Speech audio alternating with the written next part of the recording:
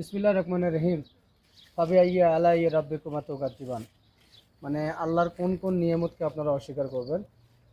পৃথিবীটা একটাই, কিন্তু জায়গা ভেদে আবহাওয়া ভেদে আল্লাহ পাক সবাইকে কিছু নিয়ামত দান করছেন। এই যে আপনারা দেখছেন, এটা হলো তিন ফল।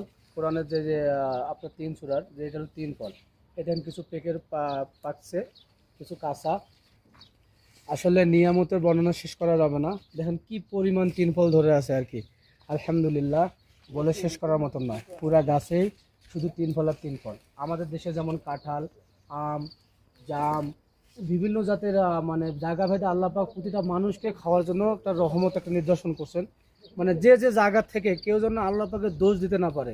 আল্লাহ পাক প্রতিটা জায়গায় মানে এক একটা করে নিয়ামত দান করছে, যেটা মানুষের জন্য খুবই একটা উপকারী বিষয়। সেটা হচ্ছে তিন ফল। আসলে এই ফলটা আমাদের ইয়াতে হবে কিনা জানি না, তবে এই মরুভূমির বুকে যদি হয় তো আমাদের এলাকাও যদি চাষ করা যায় হবে ইনশাল্লাহ।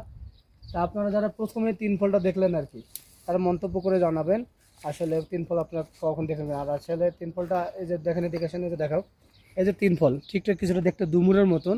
এই যে ভিতরে ইয়া করার পরে এই যে আপনার দেখেন এটা একটা হালকা পাকছে, ভিতরে হচ্ছে যে একটা এই একটা অবস্থা। আসেন আমি আপনাদের একটা পাকা একটা তিন ফল দেখাবো আর কি, যেটা আর কি একদম পাকছে আর কি, আমরা খাইতে পারবো, একটু নরম টাইপের। এখানে এই যে কিছু দেখছেন বা এই দেখেন, এটা হলো পাকা তিন ফল। এটা আমি ছিললাম তিন ফলটা, দেখেন এই তিন ফলটা ছেড়ার পরে এই যেমন খোসা চলাইয়া এর ভিতরটা, এর ভিতরটা হচ্ছে এরকম। আমি যখন ইয়ে করব ঠিক ডুমুরের মতন, কিন্তু এর স্বাদটা হচ্ছে সুমিষ্ট, ডুমুরের মতন গন্ধ না। মাশাআল্লাহ, বিসমিল্লাহ। হ্যাঁ, ওকে একটু দাও। আপনারূপ একটা স্বাদ আর কি, ঠিক আছে, মানে বুঝাতে পারবো না আর কি। ধন্যবাদ।